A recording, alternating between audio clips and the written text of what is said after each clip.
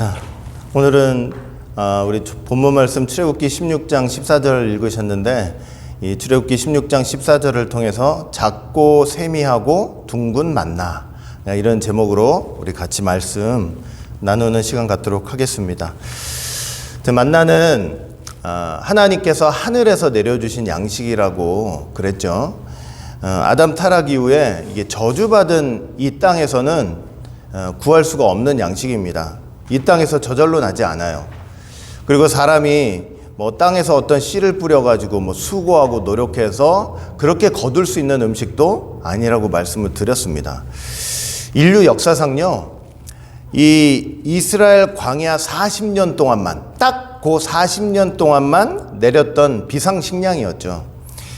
광야 전후로 해서 내린 적이 없습니다. 인류가 단 한 번도 경험해 보지 못한 그런 양식이었죠.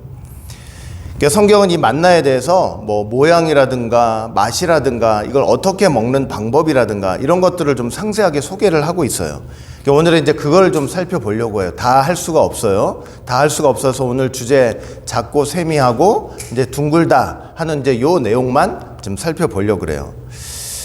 그리고 또 만나는 제가 저번 주에도 말씀을 드렸지만 이 땅의 생명의 양식으로 오신 예수님을 상징하고 있기 때문에 그 모양이나 맛이나 먹는 방법, 이게 다 뭐랑 관련되어 있냐면 예수님의 존재와 예수님의 사역과 아주 밀접하게 관계가 되어 있어요. 이렇게 예수님과 관련되어서도 이제 만나를 생각해 보는 그런 시간을 갖도록 하겠습니다. 자, 오늘은 이제 만나의 모양이에요. 만나의 모양. 우리가 본문 말씀을 다시 한번 좀 읽어 볼게요. 자, 출애굽기 16장 14절 말씀인데요. 이렇게 돼 있죠. 그 이슬이 마른 후에 광야 지면에 작고 둥글며 서리같이 세미한 것이 있는지라, 이렇게 말씀을 하고 있죠. 자, 여러분, 만나는 여러분들 다 아시겠지만 만나는 이제 어떻게 내리느냐면, 일단 만나는 밤에 내려요. 밤에. 예? 밤에 이슬과 함께 내려요. 밤에 이슬과 함께 내리고 이제 아침이 되면서 이슬이 마르잖아요. 이슬이 마르면 그때 만나가 드러나게 돼요. 그리고 그러다 햇빛이 이제 뜨겁게 쪼이기 시작하면 이제 만나 자체가 이제 사라지는 거죠. 되게 신비해요, 신비해. 그 만나의 모양을 지금 뭐라고 설명하고 있냐면, 자, 일단 보니까 작고 세미하다라고 설명을 하고 있어요. 작고 세미하다. 원어로 작고 세미한이란 단어가 뭐냐면 다크라는 단어인데, 이게 어떤 의미냐면 형태로 말하면 형태가 작다는 것이고 또 소리로 말하면 소리가 작다는 그런 의미가 있어요. 만나는 아주 서리처럼 아주 작게 그렇게 보였던 것입니다. 자, 그런데 예수님의 생애도, 이 땅에 오신 예수님의 생애도 아주 작고 미세한 만나와 같으셨어요. 하나님이신 그분이, 세상 정말 온 우주 가운데서도 가장 크고 높으신 그분이 그 모든 하늘 영광을 다 포기하시고 이 땅에 어떻게 오셨냐면 작고 세미한 만나로 오신 거예요. 생각해 보세요. 태어날 때부터 영광스럽게 태어나셔야 되는데 짐승 밥통에서 태어나셨어요. 인간들에게 얼마나 많은 무시와 배척을 당하시고 나중에 미친 사람 취급당했다니까요. 사람들이 하도 미쳤다고 하니까 그 가족들이 쉽게 말하면은 예수님 붙잡아 오려고, 저 사람들이 하도 미쳤다 그러니까 그 예수님 붙잡으려고 그렇게 쫓아다닌 적도 있어요. 어느 날은 예수님께서 많은 사람들을 가르치시는데 그 이제 잡겠다고 가족들이 가는데 얼마나 예수님께서 답답하시고 그냥 속이 상하셨는지, 누가 내 어머니고 누가 내 형제냐, 여기서 말씀을 듣고 있는 이 사람들이 내 모친이고 내 형제다, 그러니까 이렇게 말씀을 하실 정도였죠. 글을 배운 적도 없는데 어떻게 저희가 글을 아느냐. 생각해 보세요. 피조물이 창조주에게 그런 얘기를 하는 거예요. 얼마나 무시하는 거예요. 무시를 당하신 거예요. 예수님이 그러셔요. 아브라함이 나기 전부터 내가 있느니라. 이 말씀을 딱 하시니까 막 사람들이 네가 나이가 50도 안 돼가지고 그딴 소리를 할 수 있냐고, 감히 우리 아버지, 우리 조상 아브라함을 들먹일 수 있냐고, 그 사람보다, 아브라함보다 네가 더 높은 사람이냐고. 나중에는 하도 분이 나가지고 이제 돌을 들어가지고 예수님을 죽이려고 했다니까요. 죽이려고 했더니 예수님이 어떻게 하셨어요? 급해가지고 막 도망을 가시는 거예요. 요한복음 8장 59절 보니까 저희가 돌을 치려 하거늘 예수께서 숨어 성전에서 나가시니라. 여러분 상상을 해보세요. 우리가 지금 예수 믿는 사람들, 하나님 믿는 사람들로서 가장 예수님 높으신 분인데, 우리의 구원자가 되시고 창조주가 되시고 심판주가 되시는 분인데, 얼마나 우리가 영광스럽게 높여드리고 얼마나 귀하게 찬양하고, 우리가 예배라는 것은 그 분 앞에 우리의 모든 이 전인을 완전히 바닥에 내려 깔면서 예배하는 거 아니에요. 절하는 거 아니에요. 그런데 그분이 그 당시에는 어떻게 해요? 사람들이 죽인다고 돌을 던지니까 그분이 어떻게 하고 있어요? 그거 맞아서 죽을까 봐 막 성전에서 도망 다니시는 그 모습을 한번 상상해 보시라고요. 저와 여러분들이 그 당시에 그 자리에 가서 그런 예수님의 모습을 봤다면, 아이고 저런 게 무슨, 이런 소리 나도 모르게 하지 않았겠냐고요. 그 정도로 예수님이 이 땅에 오셔서 멸시천대를 받으신 거예요. 멸시천대를. 그 도망가는 모습 한번 상상해 보세요. 그걸 보고도 예수를 믿을 수 있는지. 십자가 지시기 전 그 종교 지도자들과 하속들 말이죠. 예수님 얼굴에 침을 탁 뱉어요. 그냥 있는 대로 침 착 뱉고 주먹으로 치고, 손바닥으로 때리면서 그냥 머리에 수건 씌워놓고 손바닥으로 때리면서 너 그리스도라며 선지자라며 도대체 누가 때렸는지 한번 맞춰보라고.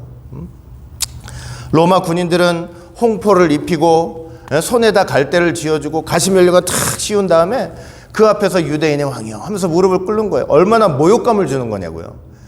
그리고 나서 그 예수님 손에 들렸던 갈대를 싹 뺏어가지고 그 갈대를 가지고 어떻게 했어요? 로마 군인들이 예수님의 머리를 치고 또 치고 또 치고 또 치고. 세상에서 제가 말씀드렸죠. 이 인격이 성숙한 사람한테 제일 모독적인 게 뭐예요? 머리 치는 거예요. 머리 치는 거. 그 창조주 되신 예수님의 그 머리를 갖다 갈대를 가지고 로마 군인들이 인정사정 없이 치고 또 치고 또 치고. 나중에 십자가에 달리셨을 때 완전히 벗겨지셨다고 그랬잖아요. 홀딱 벗겨지셔가지고 십자가에 달리셨다고 그랬잖아요. 지나가는 사람들마다 예수님, 성경 읽어보세요. 지나가는 사람들마다 예수님 이렇게 쳐다보면서 머리를 절레절레 흔드는 거예요. 머리를. 야, 저런 게 그리스도냐? 저런 게 하나님의 아들이냐? 저런 게 뭐 우리를 구원하겠다고? 여러분, 가장 높으신 분이, 가장 영광스러우신 분이 우리 때문에 이 땅에 어떻게 오셨냐면 가장 낮고 천하고 가장 작고 미세한 분으로 이 땅에 오신 거예요. 이 땅에 가장 작고 미세한 만나로서 이 땅에 오신 거예요. 그 작고 미세하다라는 말 속에 예수님께서 이 땅에 어떻게 오실 것인가가 전부 다 보여지고 있는 거예요. 또 아까 말씀드렸죠. 작고 미세하다라는 말 속에는 말소리, 소리로 치면 소리도 작다라는 의미가 있다고 말씀을 드렸죠. 여러분, 예수님께서 이 땅에 오셔가지고 큰 소리 내시면서 사신 분 아니에요. 소리치시면서 사신 분 아니에요. 마태복음 12장 19절 말씀 보니까 뭐라고 돼 있어요? 그가 다투지도 아니하며 들레지도 아니하리니 아무도 길에서 그 소리를 듣지 못하리라. 그 예수님에 대한 예언의 성취, 예수님에 관한 예언에 관한 이야기인데, 예수님이 이제 이 땅에 오셔서 저 말씀을 성취하시는 거예요. 근데 이 땅에 오셔서 예수님은 다투지 않으신대요. 다투다라는 게 뭐냐면 아주 격앙된 논쟁으로 서로 다투는 것을 가리켜요. 여기 들레다라는 말 있잖아요. 들레다라는 것은 뭐냐? 막 흥분해가지고 큰 소리로 야단스럽게 떠드는 게 바로 들레다라는 그런 말이에요. 그러니까 예수님 이 땅에 오셔가지고, 이 땅에 오셔서 자기를 나타내시고 자기를 드러내시기 위해서 험악한 말다툼을 하거나 거리의 선동가처럼 고함을 치지 않으셨다는 그런 말씀인 거예요. 여러분, 그건 예수님이 하시는 일이에요. 그건 사단 마귀가 하는 일이에요. 사단 마귀가 하는 일이에요. 나중에 적그리스도가 하는 일이에요. 적그리스도가, 사단 마귀가 어떻게 하느냐면 큰 거리에서 큰 목소리로 외치는 거예요. 그거는 사단이 하는 일이에요. 자, 계시록 13장 5절 말씀 보니까 이렇게 돼 있죠. 또 짐승이 어떤 말하는 입을 받았다고 말씀하고 있냐면 큰 말과 참남된 말하는 입을 받고 42달 일할 수 있는 권세를 받았다 그래요. 저기 큰 말이라는 것은 원어를 볼 때 어떤 의미냐면 목소리가 큰 거죠. 일단 목소리가 큰 거. 그러나 더 나아가서 유창한 말이고, 그 다음에 또 뭐냐면 사람들 마음을 싹 이렇게 설득하고 선동하는 말을 가리켜요. 그래서 큰 말이에요. 참남된 말은 뭐냐면은, 참남된 말은 어떤 뜻이냐면은 그 말의 본질이 뭐냐면 하나님을 모욕하고 결국 누구를 드러내려고 하는 일이냐면 자기를 드러내려고 하는 말이에요. 그러니까 여러분 짐승 적그리스도죠. 적그리스도가 나중에 어떤 일을 하냐면 우리가 사는 세상을 이 바벨론이라고 하잖아요. 바벨론 큰 성 길에서 어떤 소리를 내냐면 저렇게 큰 말과 참남된 말 하는 입을 받고 큰 소리를 외치는 거예요. 여러분 복음은요, 제가 분명히 말씀드릴게요. 복음은 막 남을 선동하고 설득하는 게 아니에요. 본질이 그게 아니에요. 복음의 본질은 선포하는 거예요. 선언하는 거예요. 여러분 왜 이스라엘 백성들이 광야 생활할 때 분원이라는 곳에서 막 이스라엘 백성들이 만나 너무 지겹다 막 원망불평했잖아요. 근데 더 이상 이 박한 식물 보기만 해도 역겨운 식물 이거 먹기 싫다. 또 길을 하도 돌아가니까 왜 우리가 이렇게 나와가지고 이런 험한 길을 다니면서 이런 고생을 해야 되느냐. 너무 원망이 심하니까 하나님이 어떻게 하셨어요? 그러니까 불뱀들을 보내셨잖아요. 막 물어가지고 얼마나 많은 사람들이 죽었어요. 그 모세가 간절히 기도하니까 하나님이 이제 어떤 응답을 주셨냐면 뭘 세우라 그랬어요? 놋뱀을 세우라. 놋뱀을 세워놓고 어떻게 하면 된다 그랬어요? 그냥 보기만 하면 살겠다 그랬잖아요. 복음은 뭐냐면요, 설득하는 게 아니에요. 세워놓고 선포하는 거예요. 복음은 본질적으로요, 막 그 공산주의자들 잘하는 거 있잖아요. 막 선동하고 막 이렇게 남 설득해가지고 교묘하게 마음을 막 움직이게 만드는, 복음은 본질이 그렇지 않다니까요. 사람들 눈앞에 세워놓고 어떻게 하는 거예요? 믿으라는 거예요. 선포하는 거고 선언하는 거예요. 본질이 그런 거예요. 그런데 사단마귀는 어떻게 해요? 사단마귀는 교묘하게 그 마음들을 설득해가지고 마음을 삭삭삭삭 빼앗아 가는 거예요. 그냥 싹 빼앗아 가는 거예요. 얼마나 사단마귀가 그래서 선동을 잘하는지 몰라요. 사단마귀의 대표 주자가 공산당 아니에요. 그 공산당이 제일 잘하는 게 뭐예요? 선동질이에요. 선동질. 사람 마음을 싹. 여러분 그래서 마지막 때요, 우리가 절대로 저 큰 말에 속으면 안 돼요. 큰 말에. 저 목소리 큰 거 있잖아요. 유창하고 남 선동하고 은근히 자기를 드러내는 저런 말에 속으면 안 되는 것입니다. 목소리 큰데 속지 마세요. 목소리 큰데 속지 말고 절대로 요란한 데 속지 마세요. 선동하는 데 절대 속으시면 안 돼요.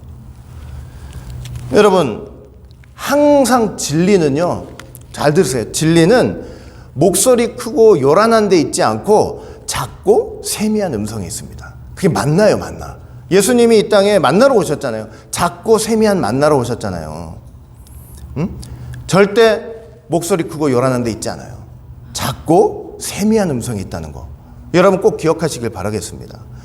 그리고 또 마태복음 12장 19절 보니까 예수님이 이 땅에 오셔서 이제 다투지도 않으시고 들레지도 않으시고 또 이제 어떤 말씀이 있냐면 아무도 길에서 그 소리를 듣지 못하리라 그러셔요. 아무도 길에서 그 소리를 듣지 못한대요. 근데 저 길이라는 단어가 헬라어로 보니까 플라티스예요.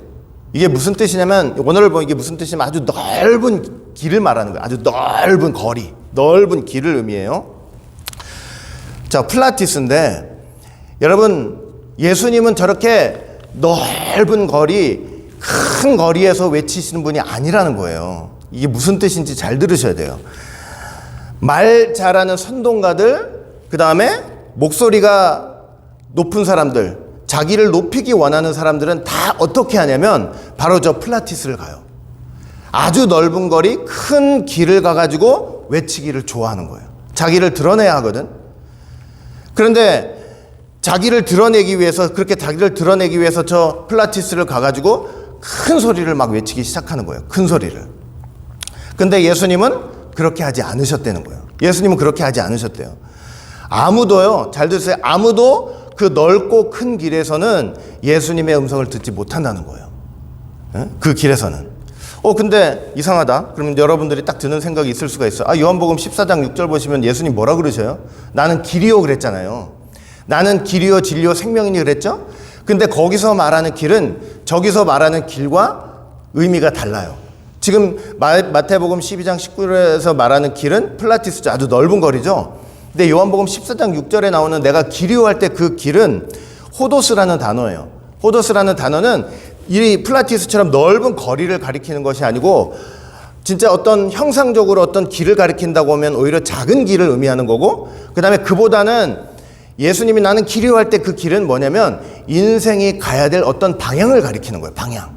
이 플라티스하고는 완전히 질이 틀린 거예요. 그러니까 길에서 소리를 듣지 못한다고 할 때 예수님은 길이라고 하셨는데 여기에 대한 오해는 없어야 되는 거예요. 알겠죠? 그리고 저 플라티스 있죠? 저 플라티스가 계시록을 보면 어떤 장소냐면 예수님이 십자가에 못 박힌 곳으로 소개가 되고 있어요. 계시록 11장 8절 한번 보세요. 저희 시체가 큰 성 길에 있다 그랬잖아요. 큰 성 길에 있으리니 그 성은 영적으로 하면 소돔이라고도 하고 애굽이라고도 하니 곧 저희 주께서 십자가에 못 박히신 곳이라 이렇게 말씀을 하고 있어요. 저희 시체는 어떤 시체를 가리키냐면 두 증인의 시체예요. 종말에 예수 그리스도의 증거 복음을 가지고 힘차게 증거를 했는데 그 짐승과의 싸움에서 이제 죽임을 당하잖아요. 죽임을 당하는데 그 죽임을 당한 시체가 어디에 놓여져 있대요? 큰 성 길이라 그랬죠. 큰 성은 바벨론을 가리켜요. 세상 바벨론. 그 길에 놓여져 있다는 거예요. 그 길이 바로 뭐냐면 플라티스예요. 플라티스.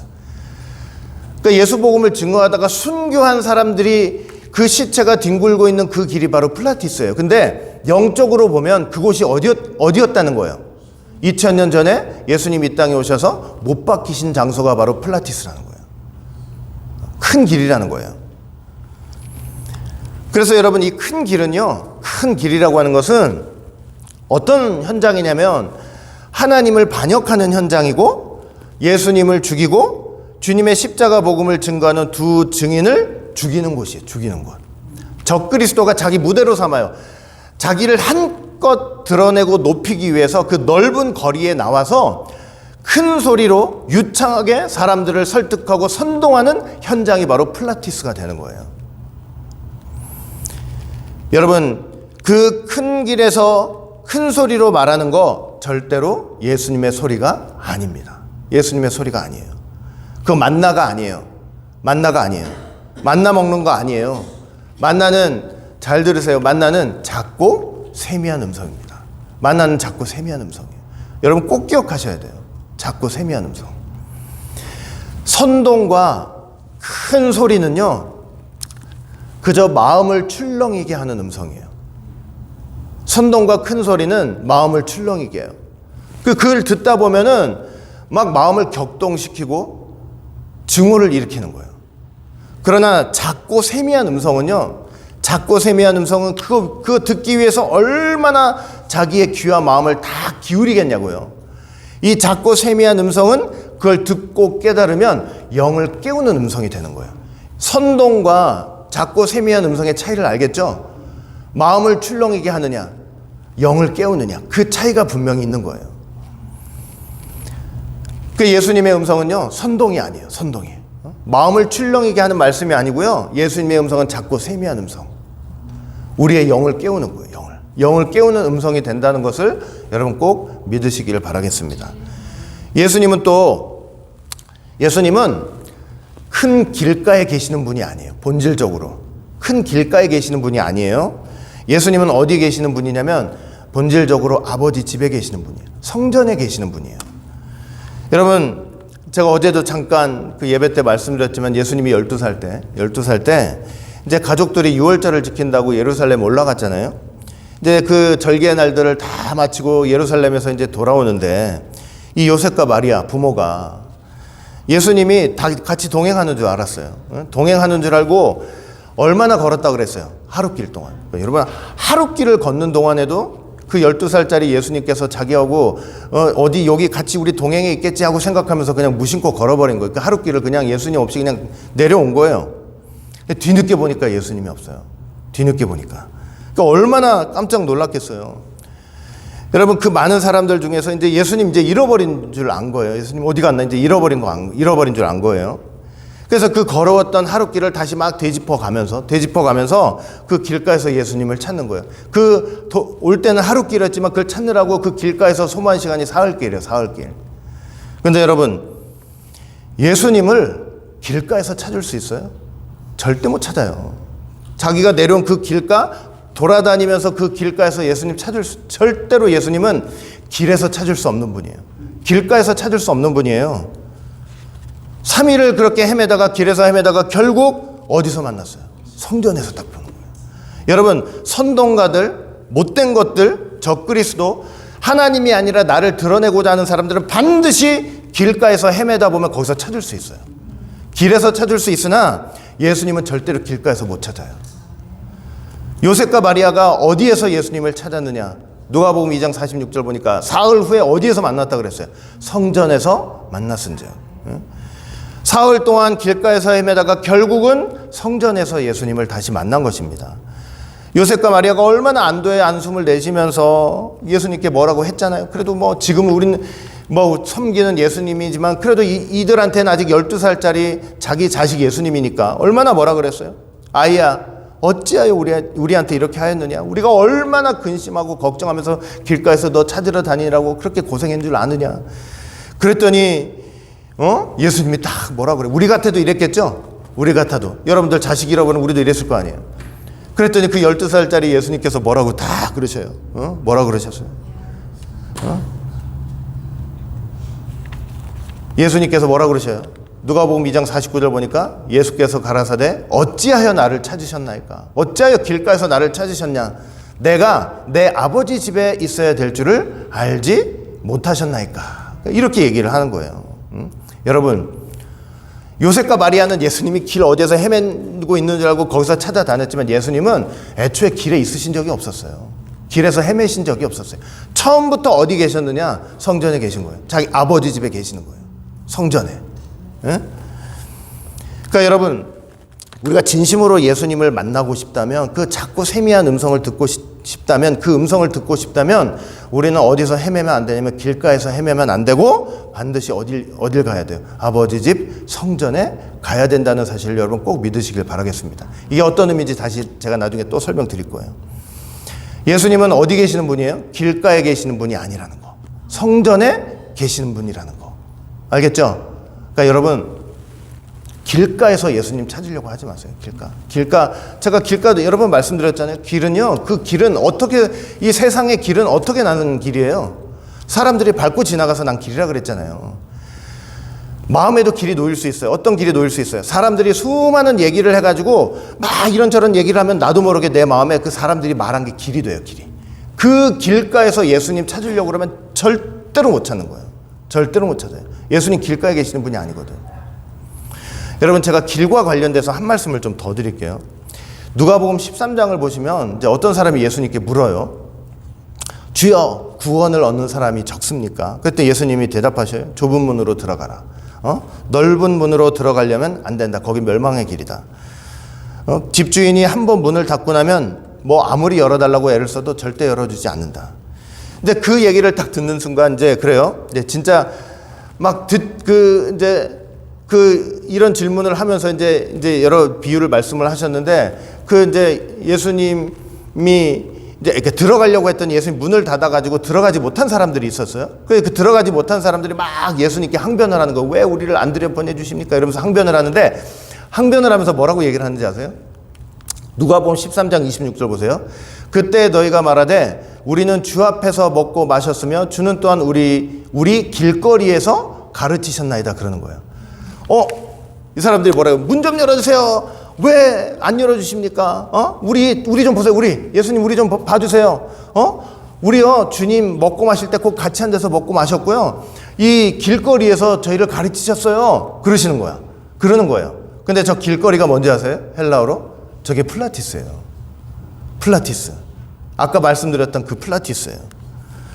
참 신기하잖아요. 여러분, 마태복음 12장 19절 보니까 뭐라고 돼 있어요? 아까 뭐라고 그랬어요?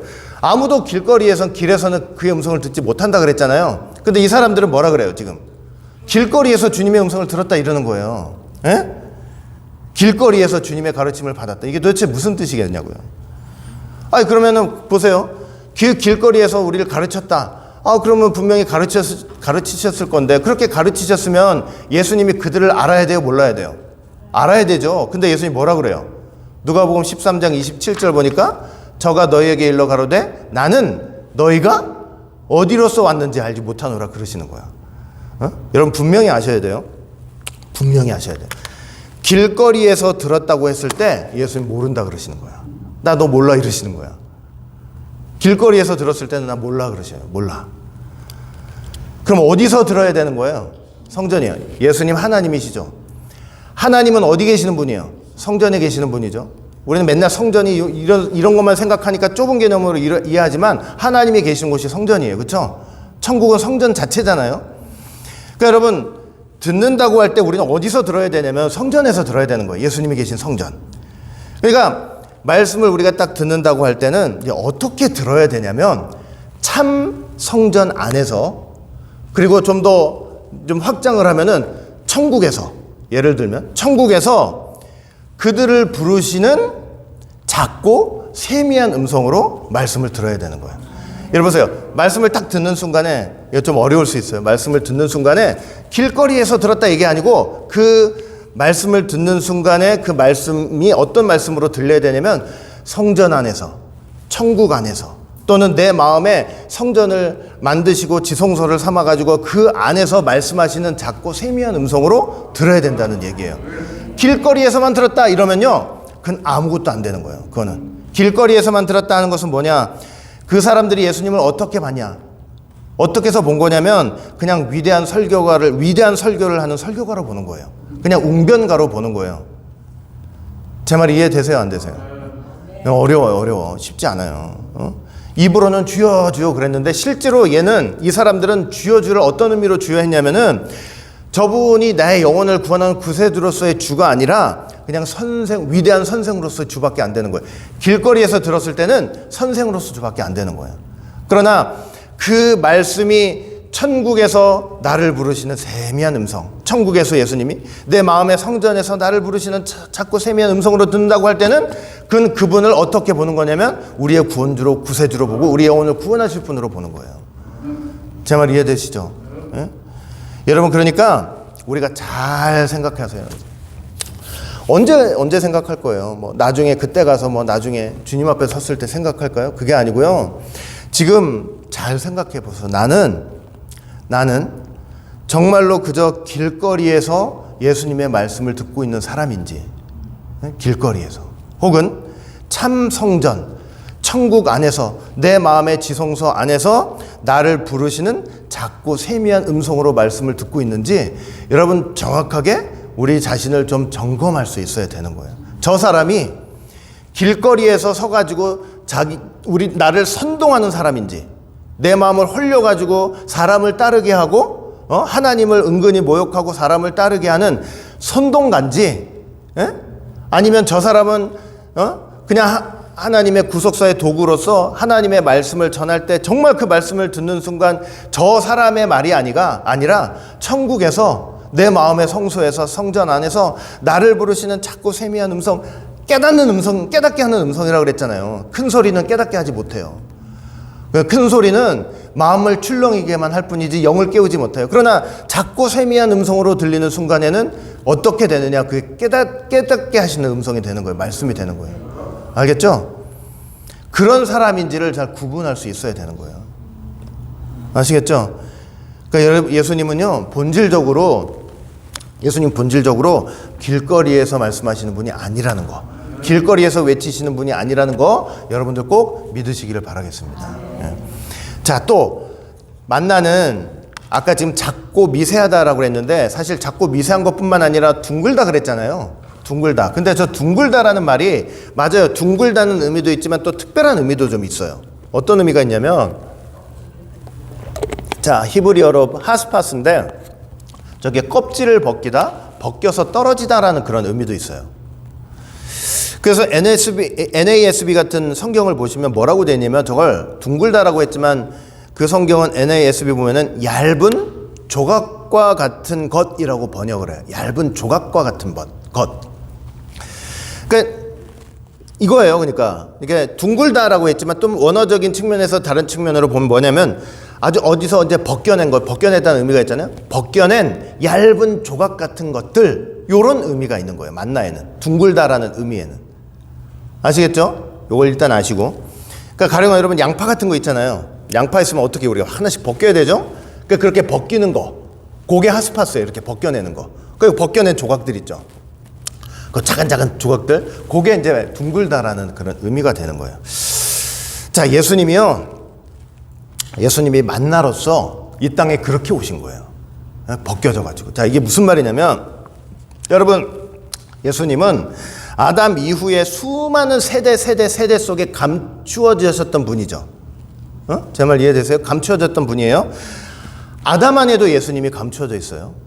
그 다음에 셋 이후에 그 경건한 계열 안에도 예수님이 다 감추어져 있어요. 아브라함을 배우지만 그 아브라함에도 예수님이 있다니까요. 이삭 안에도 예수님이 있고, 야곱 안에도 예수님이 있고, 요셉 안에도 예수님이 다 있어요. 다.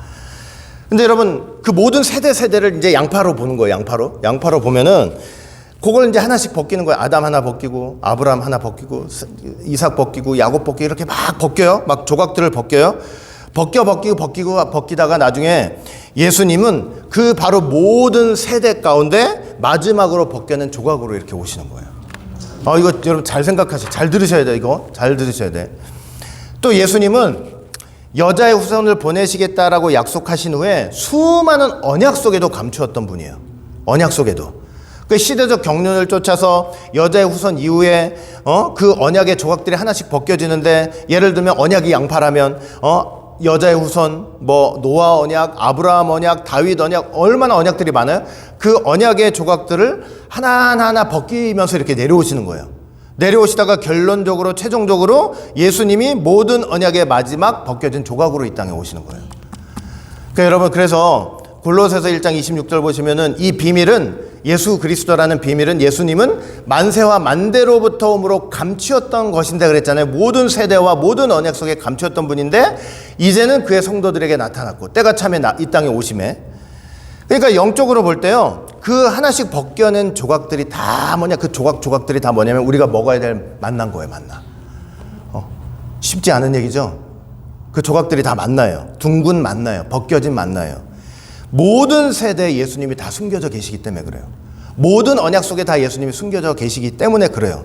그 하나하나 조각된 그 조각들이 바로, 그래서 우리가 먹어야 되는 만나라는 사실을 지금 말씀을 해주고 있는 거예요. 자, 마지막으로 하나 더. 마지막으로. 자, 하나님께서 이렇게 작고 미세하고 둥근 만나를, 자, 언제 내리셨다 그랬어요? 밤에 내리셨다 그랬죠. 뭐와 함께? 이슬과 함께 내리신 거예요. 근데 엄격히 말하면 이슬과 함께 내리신 거지만 이슬 속에 감추어져서 내리신 거예요. 그랬다가 나중에 아침이 돼서 이슬이 마를 때 만나가 드러나는 거예요.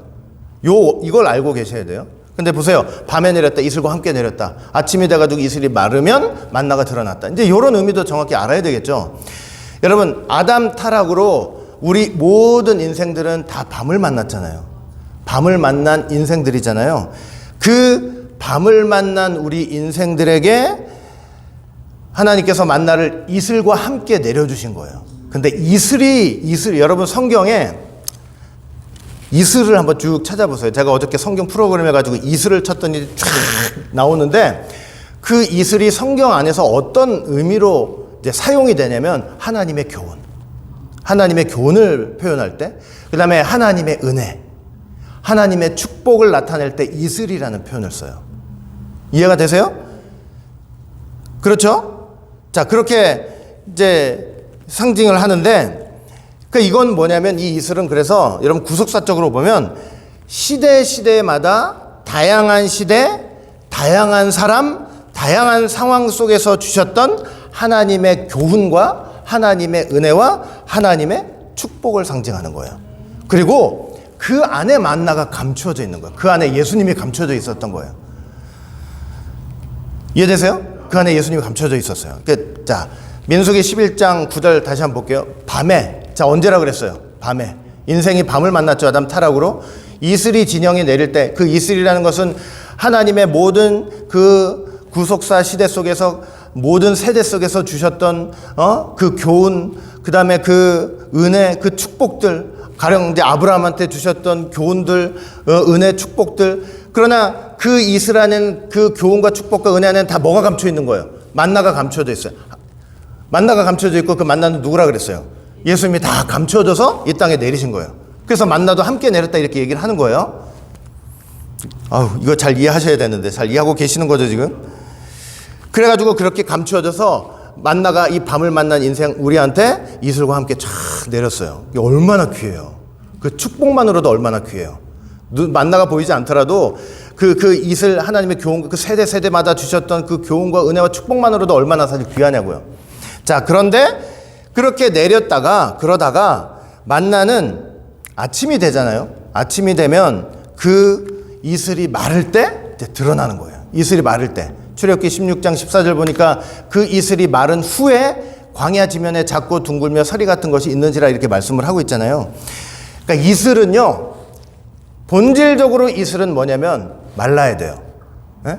밤에 내렸던 이슬은 아침이 되잖아요. 이제 예수님이 오신 아침이 되잖아요. 그러면 그 이슬들은 다 어떻게 해야 돼요? 다 사라지고 말라야 돼요. 왜? 그 이슬은 만나를 드러내야 하기 때문에 그래요. 만나를 드러내야 하기 때문에. 가령 아까 예를 들었지만 아브라함 안에 있는 하나님이 아브라함에게 말씀하신 거, 은혜 주신 거, 축복 주신 거, 그거 다 이슬이라고 그랬잖아요. 그 안에 사실 뭐가 있다고요? 예수님이 있다고 그랬잖아요. 그러니까 예수님이 오시는 아침이 되면 어떻게 해야 된다고 그랬어요? 그 이슬이 말라야 되는 거예요. 그 이슬이 말라가지고 반드시 예수님이 드러나야 되는 거예요. 드러나야 되는데, 그러니까 이거예요. 이슬이 보자기가 돼가지고 지금 예수님을 싸고 있는데 아침이 되면 예수님 오실 때가 되면 이게 말라버려야 되는 거야. 만나가 드러나서. 그죠? 근데 이스라엘이 예수님 앞에서 뭐라 그래요? 우리는 모세의 제자다 막 이러잖아요. 모세의 제자야. 모세한테 준 축복과 교훈과 은혜가 얼마나 많아요. 얼마나 이슬의 축복이 많아요. 근데 예수님 앞에 그 이슬이 감춰놓은 그 신령한 만나 예수님 앞에서 우리는 모세의 제자다 할 때는 이슬이 하나도 안 마르고 있는 거예요. 만나가 드러나지 않는 거예요. 잘 이해하고 계시는 거로 믿어요. 그리고 그렇게 마르면 예수님이 분명하고 선명하게 드러나게 되는 것입니다. 광야를 만난 우리 인생은요, 우리 광야길 걷고 있잖아요. 가나안 땅 천국인데 그 광야길을 걷고 있는 우리 인생은 바로 그 예수님의 복음을 먹고 마셔야 되는 거예요. 알겠죠? 여러분들이 알고 보면 지금 다 만나 먹고 있는 거예요. 무슨 말이냐? 구약에 얼마나 많은 선지자들, 예언자들이 다 예수님 그 이슬의 축복을 받아왔잖아요. 그죠? 하나님의 교훈을 받아왔는데 지금 우리 누굴 붙잡고 있어요? 그 선지자, 예언자들이 증거했던 예수님을 꽉 붙잡고 있을 때 뭐냐면 이슬이 말라서 만나를 먹고 있는 거예요. 알겠죠? 광야 끝날 때까지 내내 이 광야 만나를 먹으면서 살아가야 되는 거예요.